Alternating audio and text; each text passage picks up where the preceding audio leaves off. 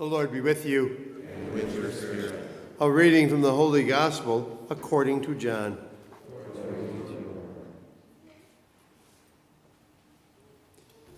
Jesus said to his disciples, I am the true vine, and my Father is the vine grower. He takes away every branch in me that does not bear fruit, and every one that does, he prunes so that it bears more fruit. You are already pruned because of the word that I spoke to you. Remain in me as I remain in you. Just as a branch cannot bear fruit on its own unless it remains on the vine, so neither can you unless you remain in me. I am the vine, you are the branches. Whoever remains in me and I in him will bear much fruit, because without me you can do nothing. Anyone who does not remain in me will be thrown out like a branch and wither. People will gather them and throw them into a fire, and they will be burned.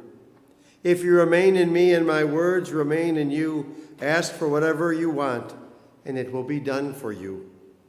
By this is my Father glorified, that you bear much fruit and become my disciples.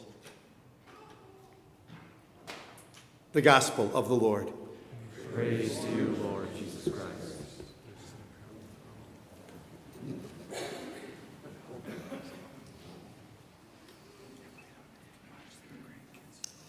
Our gospel passage takes us back to the Last Supper in the Gospel of John.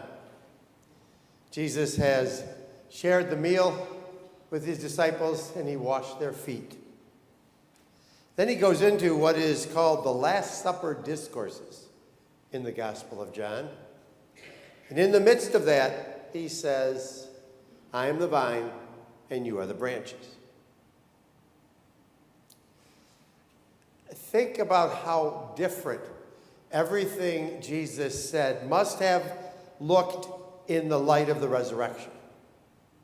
I mean, Jesus had told his disciples that he would be put to death and would rise on the third day. Though he said that several times, they had no idea what he meant. They couldn't get past the dying part. And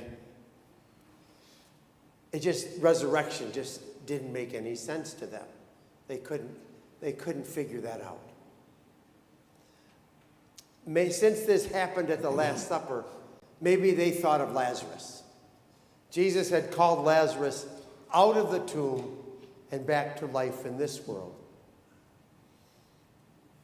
Maybe that's what Jesus meant, but they still couldn't imagine Jesus dying, and nor could they imagine who could call him out of the tomb.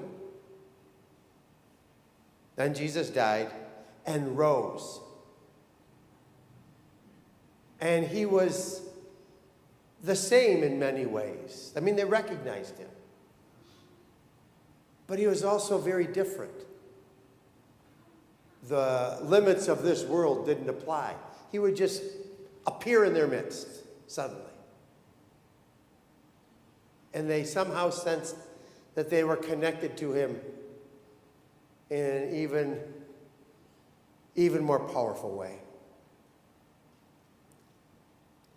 Jesus had said to them that he is the vine and they are the branches. Now, when he said this at the Last Supper, that must have made them feel pretty good. I mean, he's connected to them. There's a true love for them. His life is flowing through them. Maybe they'll be able to do the amazing things that he does.